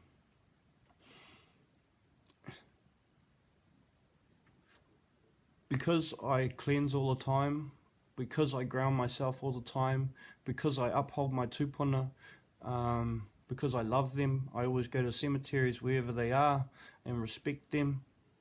I don't go porangi. I stay quite solid in my mahi. And the bro Philip's going to come talk to us about what happened down at Silo Marina, because that's where it all started, I suppose. So, ka pai the bro Philip. It's just coming in now. All good, Dad? Excellent is right. Fucking excellent. Sorry, I'm smoking inside. I'm not allowed to. One night only. Cool, the bro Philip. Up to? Not too much. Just got a bit of a flu at the moment, so forgive me if I'm, coughing and sneezing and carrying on. So, Well, you know, my brother, I'll send you as much healing energies and stuff as I possibly can to you at this point, and I'm sure the rest of us here will too, especially if you want to stand in your mana at this point. well, I think So, kia kaha te kōrero. for me, you know, it was just hard to see right from the very start, right from Solo Park, um, those negative energies that both Corey and not Corey, both um, Luke and Ash had bring in. Yeah. Um, Yeah. I mean, what they did to Shana was shocking. They bullied her, they berated her to the point where, she was almost, suicidal. Well, well, that's what I was told as well. She was suicidal, and those are the type of entities that they can play with. These suicidal entities, So, I mean, I had rocked up, um, to Silo Park down at the marina there, and I'd run into to Luke and Ash, and I just noticed throughout the whole thing. I mean, Luke was sort of quite standoffish. He was sort of on the outskirts, but the way he was behaving was if he was trying to staunch out or um, bring a negative energy. Um, and he was showing me the selenite can I? wand, Yeah. and I'm thinking to myself, well, why would you bring something which, you know, of that nature to something which is supposed to be a unifying thing, which is supposed to, you know, bring awareness to, Ghislaine Maxwell and all the boats and, all the Freemason, you know, why would you do that? Um, I'd just like to point out I heard a story just before they actually went to Silo Marina. Luke had brought over a dead pork, a dead ruru, over to Ash's house. I don't actually know where he got that from, but all I know is that that's not a good omen. Um, Man, they were traveling around with all sorts of weird shit, man, like all sorts of crystals and shit like that. It's not Maori, that's for sure. No, You know. no, it's not. You, my cousin Jay, I'll just let you. Yeah, cousin, you can jump in after this for sure. You know, same once they'd all finished down at Solo Park, and we'd done what we'd wanted to achieve, which was to get Ghislaine locked up. You know, I certainly felt that that was sort of, you know, the end of it. Um, but I would find out that both Ash and Luke would continue those same sort of bullying behaviors, you know, infiltrating groups and just attacking people. So when I went up to the hui and I started hearing, you know, this corridor about, you know, we're gonna, you know, go back there and we're gonna blow up these boats and we're gonna do this and that. To me, that doesn't make any sense. That's not common sense. That's not, you know, that's just indiscriminate. What are Hmm. you really going to achieve? Not to mention it's going to get you in jail. You know, so here's me thinking that, you know, I'm having to put up with, you know, these are the people that I'm trying to work with, but they're not in the right mind. They're not in the right, you know, they're not even logical. Mm, So when I shut mm. down Ash, because Ash got up and said, "I, you know, there's no one's doing anything about anything," and it's actually, well, hang on a second. And when we've been out training with EC Pat, you know, we've been training with all these organizations, and you know, here you are trying to, you know, say that people are not doing anything. It Exactly. looked like Yep. She'd say that all the time about Kaupapa. it, it looked like when I shut her down, it looked like you wanted to get up and hook me. So I thought, well, you know, is this really what I want to be involved in? Yeah. Kia ora, bro. Aroha mai, I apologize. Um, it's I can see how it's not your fault. You've explained how you were manipulated and how you were dragged into shit because of her attitude and her behavior and whatever she's under, which is pretty dark. So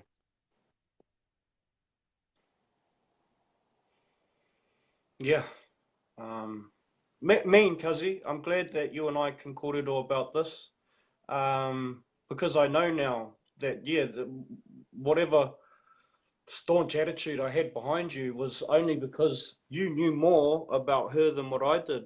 You know, you already had your issues with her from Silo Marina. So it's not that I want can't fight. issues with all these people, but for me, it's like if you're on my radar and you're hurting people and you're causing a lot of pain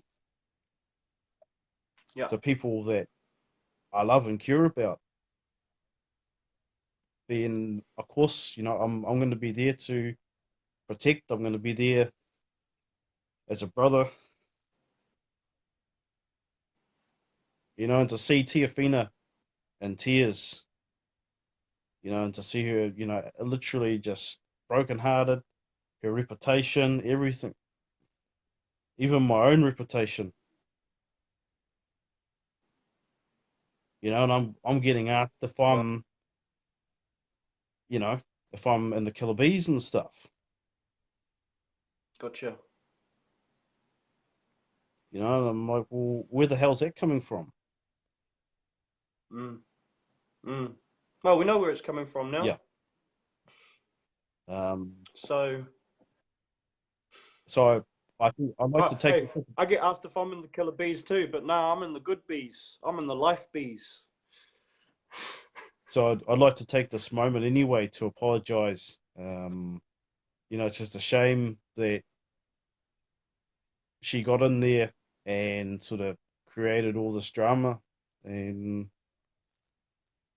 just made it really negative for everyone. Yep. And you know what we do with that negativity? We transmute it to positivity. Already you and I are now connected very strongly. You know, to the point where I can trust you because we both know the same things that happened to us were from somewhere else. So that's what's really beautiful, and that's why I really felt like I needed to come out and talk to everyone about this so that we can all unite. I actually ko tahitanga, Mm. because there's a big elephant in the room, and it's a big fish to fry, and I like fried fish, and I love you, my brother. Well, look, I appreciate you allowing me to at least briefly touch on some of the stuff. I mean, obviously, I mean, we both know what we know, and I would like to, extend my love to you, Corey, and obviously the focus now is, getting things done before the elections. All right, And even all right. even even if things don't go the way that we want after the elections, we've still got to be out there, still pushing. Well, don't worry, cuz Huck of the Beehive's going to push over any election or any government that's going to come in anyway, brother.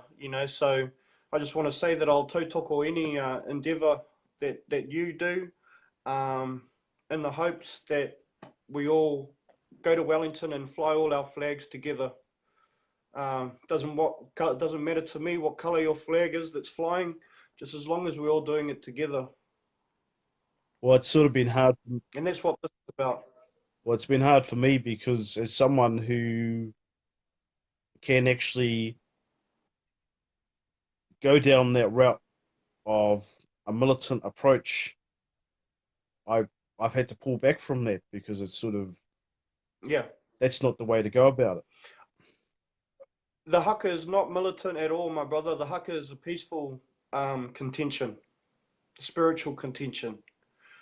Um, but we'll get a chance to talk kanohi ki te kanohi or one on one Mm, mm. about the actual true um, implications and the plans that I've got in place for the haka. But it's definitely, I have no plan to get violent. That's for sure.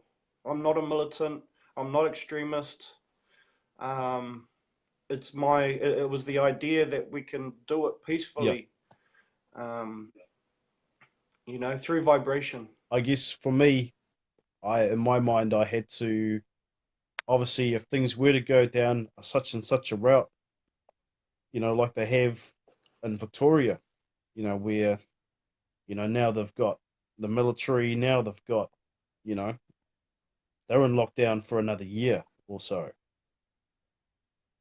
Yep. They can just waltz in, the censorship. So Yep. if the government goes that way, I need to make sure that, we can deal with the 5G, we can deal with, if we need to, disturb their their supply chains, if we need to.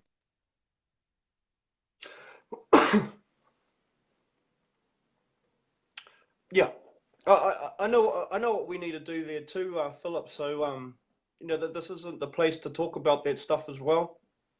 But I will talk to you in more detail I've got very I've got soon I've got no about fear. what I think. I'm in for me. I got I'm in. I don't care about your yep. SIS or your GCSB or your whatever. Um, you know, I guess where I come from, we were sort of sprung up, like, Mana motuhake. mm, you know, Stand on our own. tangatu,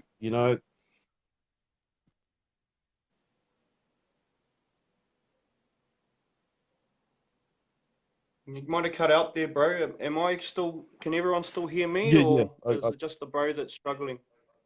Oh, Can you hear me now? you're cutting out there in and out. Yeah, we can hear you, but your video keeps on stopping.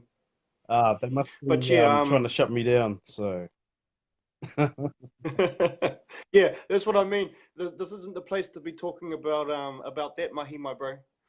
okay, well, We only really just want to. I'll love and leave yous. And thank you for letting me just come on and just address that. Much love, brother. Right. Much love.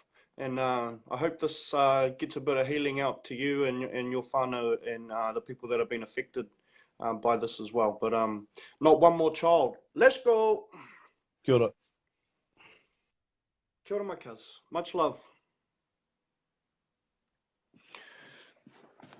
Hey, straight from the horse's mouth. And if the bro JJ's still there, do you want to jump on there still, cuzzy? I don't normally drink either. It's a shandy. Promise.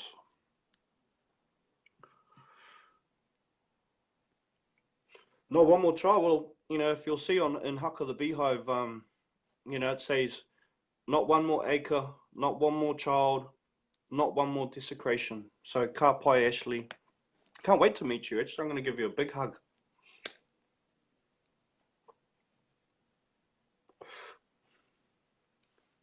So, bro, JJ still there? Does he still want to jump on?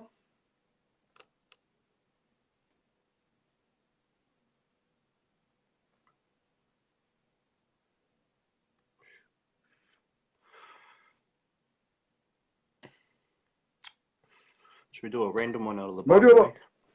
Oh, chair the cousin. Tēnā koe, mauri ora whanaunga. Tēnā koe whanaunga. Tēnā koe whānau. Ko James toku ingoa. Tula Sale to my cousin Tash, auntie, I see you in there. Just before we get into it, whānau, we kind of grew up in the same hood. Two Waters, Ruai all day. And then he's on the same street. So, tēnā koe, I've been watching, been listening, cousin, straight. I've been listening. And some kōrero on that, about that silo thing. So one of my homies, my big homies, DJ, entertainer and stuff, within reggae community, he was asked to DJ at that silo park thing. Now, talking on the professional level, it's not that they won't attach themselves to it, it's that he sees clearly that he calls bullshit when he calls bullshit, bro. And it was the kōrero coming up. Very much so. It was this, bro, that's playing in the background. Parks the General, Lens, Hazardous, what's up? Oh, Pucks the General, yeah, my brother. I known him for a long time. Yo. And so, it's interesting. I've been hearing about you, hearing your kōrero today, tonight, sorry. I've had a through and through conversation with the Kazi over the kōrero like this. I think it was Thursday night. So obviously I'm not the best person on Facebook at the moment, but at the end of the day, I understand I hear kōrero. I try to talk Haka Beehive all day. I have been messaging with the Kazi. I was actually going to come up and join you. Just waiting until this, hi auntie, just waiting for this election to go past. But, Yes. Brother Corey, I just want to tell you, for real, don't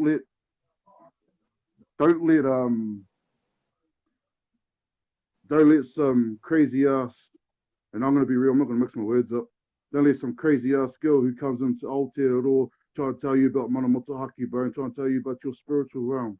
For real, homie, you're from Kaitaia, KTA, Motutu, you're whānau, bro. That's the thing. And I'm going to tell you straight, I'm going to tell everyone here. Don't let a stranger tell you about mana motuhake when you grew up on that. Fucking Yolza. for real. You know, all our linemen, the Motus, the Harawairas, everyone up there, all the rangatiras, Hami Purapi, you know, go down to Ngāti Whātua ki Kaipara, go down to Uriahau and Kaipara where I'm from. The mana is in the land that we stand on, not by someone's words or someone's influence because they got something between their legs. I know you have more mana than that, and I'm just telling you, just reminding you, I'm reminding that you have that. And when they talk about spirituality and stuff like that, I was talking to my cousin the other night, and you know, it heartened deep in my heart that she mentioned one of our korals. You know, on the street from Porritt Street all day. We rugby on a Sundays, fishing chips, go down to Nan's, you know, Tasha's grandparents are my grandparents too, and my grandparents are hers. You know, I have to speak like that, and I have to say that nothing comes between me and my hometown of Two Waters all day. And I'm down, I'm down with you, but I want you to know, mana motuhake, bros, and with yourself, not with some crazy ass people. You know, I have to learn that, bro, and I just want you to remember that for yourself, my brother. And your journey that you're doing, Haka the Beehive, brother. keep going. Do it. Keep going. Tūturu whakamoa. Teina. Humie, huie. Taiki. Tēnā koe, my brother. Murdy order. So, you know, obviously after my election, and if you guys don't know, vote yes. Just joking. But after the election and stuff, I'm actually going to come up and tautoko you and jump on that 20 Ks a day. I already got the jiffy and all that, because I'm down. I'm a big boy. Yeah. I'm a big boy. But this is a word to all these big people on watching or having a laugh or whatever. Get off the couch and go and do it, eh? Get off the fucking couch, niggas. You fucking know it. Bro, if I can say I can get up and do it.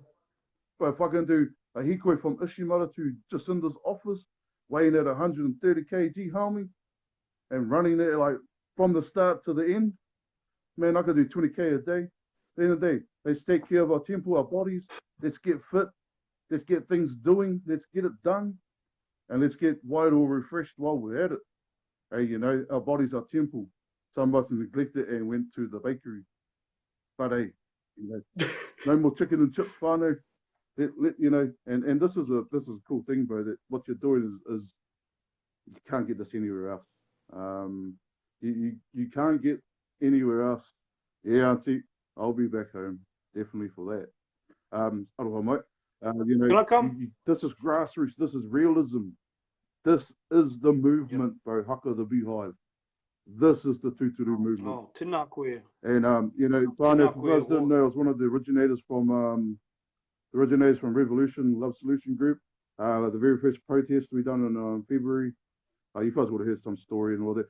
But you know, the brother Morihu, Shane, big shout out to a couple other ones that are the originals behind the scenes. So you know, I tautoko your kaupapa because you're doing one thing and one thing only, bro. You're not going off a whole nother. You know, no disrespect to anyone else that's on different kaupapas, but you're not going on any other kaupapa about going to go pull down some towers on the way down. That's another kaupapa we do later on. What you're doing, bro, is Tūturu, and I tautoko that movement. And I don't care what anyone's going to say about me. But in the day, let's awhi and let's koha anyway. A sleeping bag to the bro, shoes, socks, putia.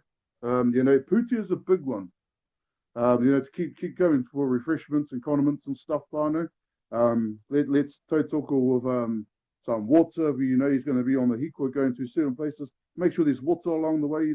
Bro, we're from Te Taitokoro whānau, you know, everyone knows everyone up there, or people know people up there. So let's get up there and really push and to awhi the kazi, you know, let's get him some fresh socks and some fresh shoes, because when you get those blisters, you're going to need it, man. Hey, some fresh ones, you know, and that's for real, speaking on front line, you know. So if you can, whānau, buy a Haka the Beehive hoodie, t-shirt, support that way, rep it, promote that. Just if you're going to have raririrus, take it off and promote yourself then, you know, but give it back to the bow and koha and that. I see the massive mahi your team's doing behind the scenes. I see it. and I respect it, Tēnā and I koe. love them for that.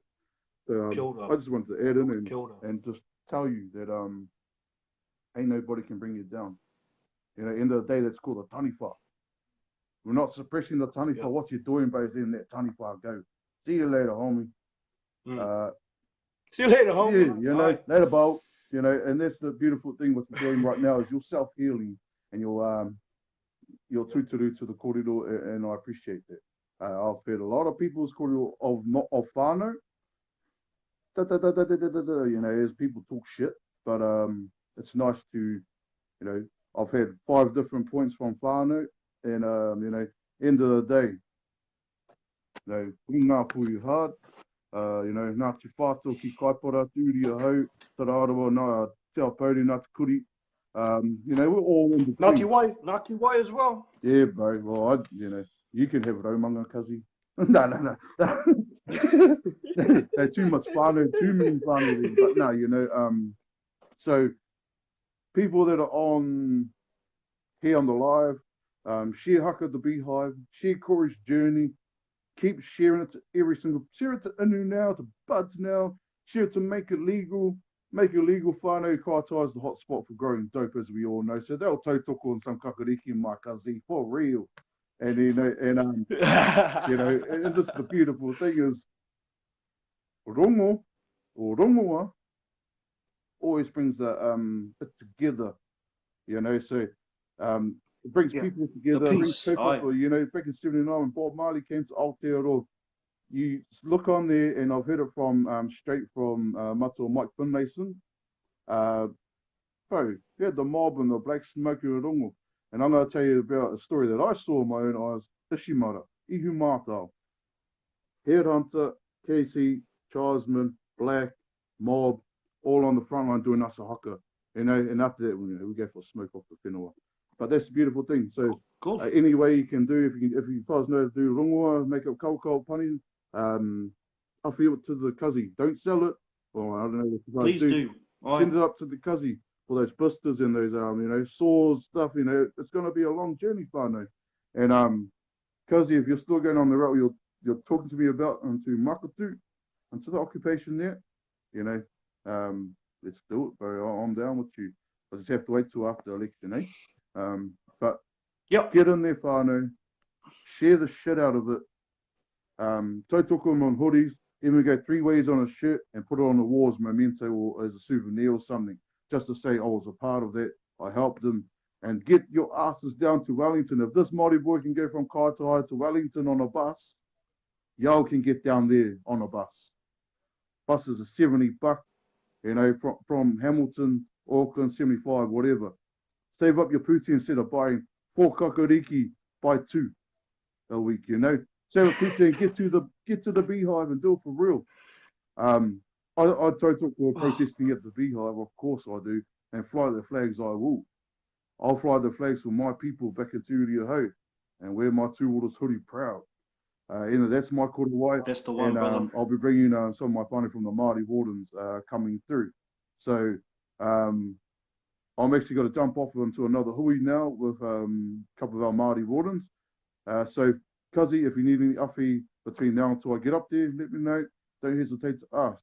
I respect your kōrero and I thank you very much. And I just want to know that, you know, I want you to know, like, keep up the positive vibes. Be that Corey Bond fellow I see on Facebook doing the cheeky buzz and cheeky comments here and then doing the lovey-dovey comments. I love that, bro. You always uplift the Māori when the whole, 1% of Aotearoa's against them, but, you know, it's all good, man. Love and light, and, you know, I respect your mahi, because I really do, and I truly do. And I truly hope that you can heal from the mamai, from this taniwha of a woman that you speak. I'm not even going to say the name because the name doesn't need no mention. Let's call it a taniwha. And you know, when you're, you know, when the 16-meter hawks back in the days, the eagles will come down with the 3 claws and take the more head off. That's what you're doing, Corey. You take the head off, bro, and you throw it away, and you carry on your journey. For real. Ready order, whānau? I gotta go. Peace. Ready order, brother. Ready order. Yep. Kia ora. Oh. knew it. I fucking knew it. I knew it that when I would release this energy, better ones would come in. So, tautoko to the brother JJ. He has been just only ever done amazing mahi. He always stands for something that he believes in. Oh, tino aroha nui ki a koutou. He pai te hinangaro. He pai te mauri. He pai te wairua. And I just want to take this time to thank our Creator and every other creation that He has created after, because they are all our tupuna. And I'm truly blessed and full of gratitude for you all to be here to listen to this shit. I thought it would be a pretty interesting one because it comes from the heart, and the only intent that I had for this evening was for anybody to release mamai and to heal from any occurrence that has happened and will still happen, because from now we need to be strong. We need to, as the bro Jay says, stand on our own mana motuhake. Don't let anybody else deter you from that. Stand up for yourself. Love you all. Māori version of Days of Our Lives. Fucking thing is, mate, they're from fucking Australia. Bloody hell.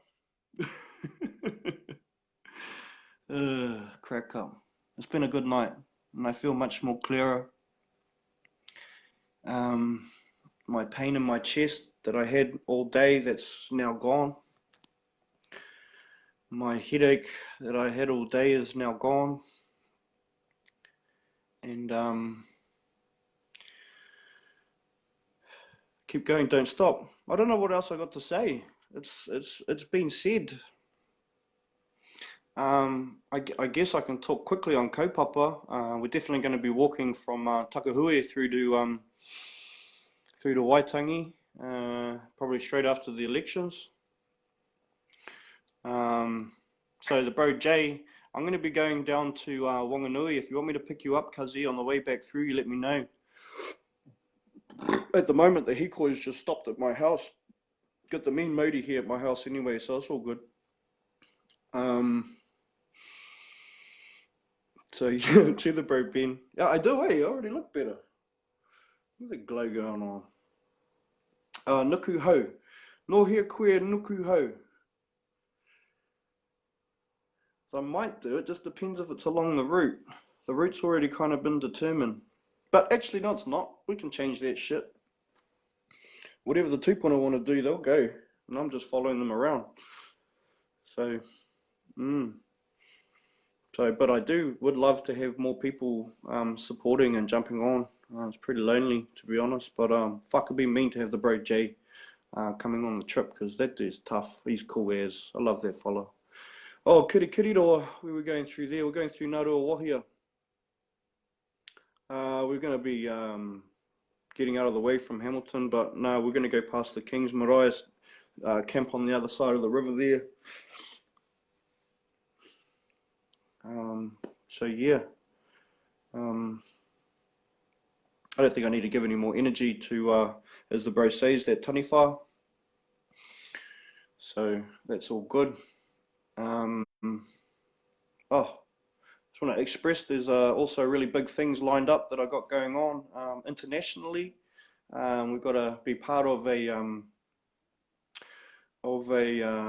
international telethon with a big podcast fella. I'm not going to say his names yet until it's all confirmed, but that's all going to be on the 29th of October, and hopefully we can run that from Waitangi. The bro Jay, if you could help me with that, I know you're going to be around with me with that. And it's funny because I knew that you were going to be hosting that kōrero with me. And that's awesome that we can get our kōrero, our whakaaro out onto an international plane so that we can uplift all the other Indigenous brothers and sisters around the Shores Bird Park, Cuzzy in Hamilton. It's the second time I've heard that now. Elena, what the hell's the story with that Shores Park? Something's there. There's a raru there. You might have to go and heal it. I wonder what you're up to. You knew something. At the bird park, bloody bird park. Oh yes, Feels Like Home interview. Sorry, we got that on Saturday night, 7 p.m. Feels Like Home, bro. Got in touch with us. We're going to do an interview directly on Kaupapa. Looking forward to that. I'll still be at home, waiting on elections. Not that I really give a fuck about who gets in. Still going to haka to whoever's there. So yeah. Yeah, okay. Bird park. Do they shoot birds? No, they can't shoot birds there. Something's funny there. Something's funny there. I don't like it. I don't like fucking Hamilton anyway. It's fucking,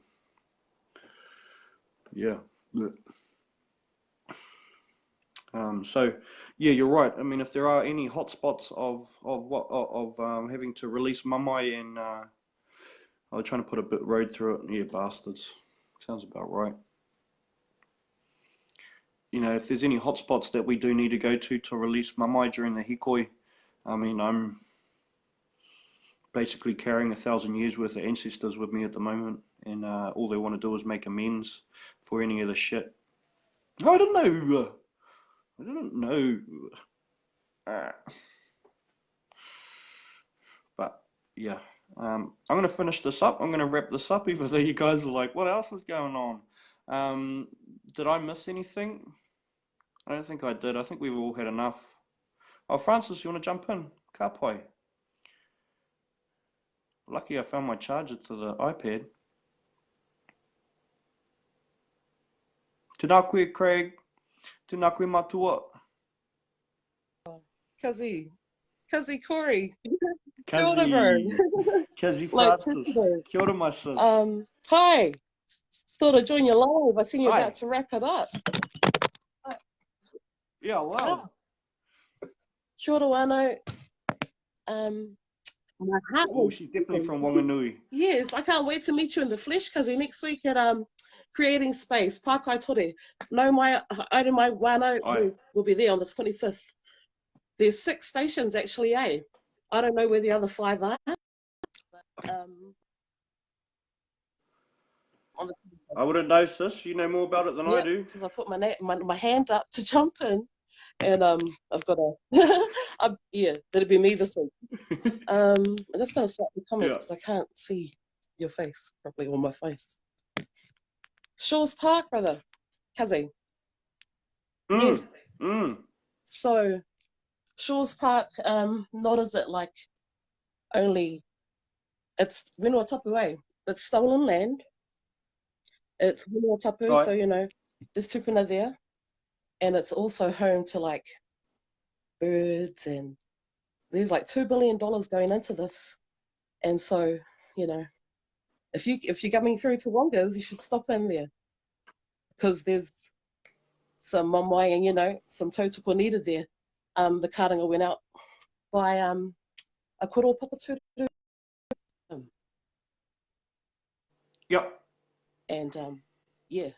So I just had to hop on and say, yes, that's a good one. If you're coming down next weekend. Cool. Yep. No, that's all I need to know, to be honest. And, if anyone wants to, if anyone wants to jump in the waka with me to go to Wanganui, holler at your boy. I'll have a full whole spare car, and I could definitely use chip-ins, definitely. So if anyone wants to come, haere mai, no mai, and I'll take you home to Kāinga or Wanganui. Yes, that's us. Yes. Oh man, that's us. I've missed most of the kōrero tonight, Aroha, but it's beautiful. And I just wanted to acknowledge that before you left. It was beautiful. everything that's needed, eh? I mean, Yeah, and you know, emotions and that. I think these days we need to be as open and stuff with them as possible.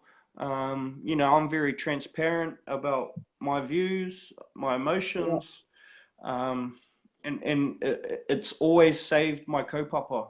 You know, at the end of the day, just to stand in truth. yeah, Um, so that's why I'm never really afraid for Haka the Beehive, because it only ever stands for truth and knowledge, and you can't beat that, basically.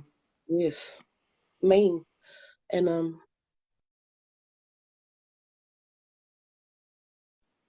you know, yeah. And you just, you know, as much as a koha, and you know, I got you too, Kazi. People out there with you, and you're doing it, and it's amazing. Oh, oh, Tēnā koe, you know, Izzy.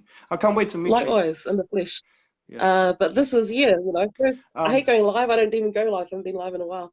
I don't really like it either, but What we should really? you got to do what you got to do at times. Yeah, But I will say to the matua werekake, Craig, I'm still at home in Kaitaia, cuz. So we're gonna continue the hikoi after the elections, and we're gonna walk through from Takahue through to Waitangi. So that'll probably be about a week long. And luckily, I had actually spaced a big chunk of time for stuff to happen during elections. So that's all cool. So I just need more and more people to jump on. Especially, I'd love to go to Waitangi with a big crew. definitely. Yes, yes, total. Mm, Yes, mm, hug of the beehive. mm. Oh, awesome. Kia ora, my sis. Okay, see you next week. Pomari. Yes, in the flesh. Pomari.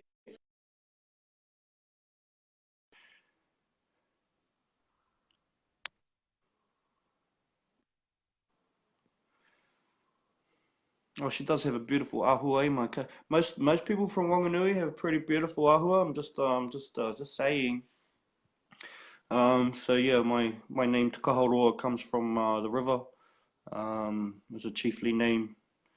Fortunately, a lot of the legends and the stories about that man have uh, gone into the remembrance of our tupuna into the Wairua. But it'll come back to us soon enough. Soon enough. Now, would anyone else like to add anything while we're around? Because here's the timer. Hawhi pahi iwa karaka.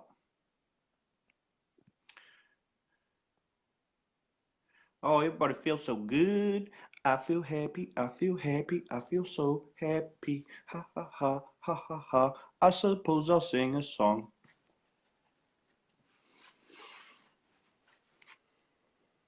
Should I? Maybe. Some Prince Tuitika?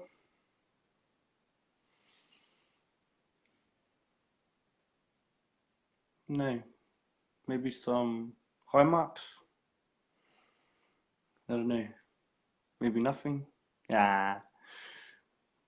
Oh, I wish I was in the land of cotton.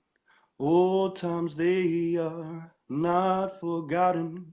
Look away, look away, look away, Dixieland. I wish I was in Dixie, away, away, in Dixieland. I'll make my stand to live and die in Dixieland, where I was born. Early, Lord, one frosty morn. Look away, look away, look away, Dixieland. Ka mihi au, ko mutu. Much love to you all. See you on the road. Much love. Mana motu hake. Ka kite anō, haere rā, inoho rā.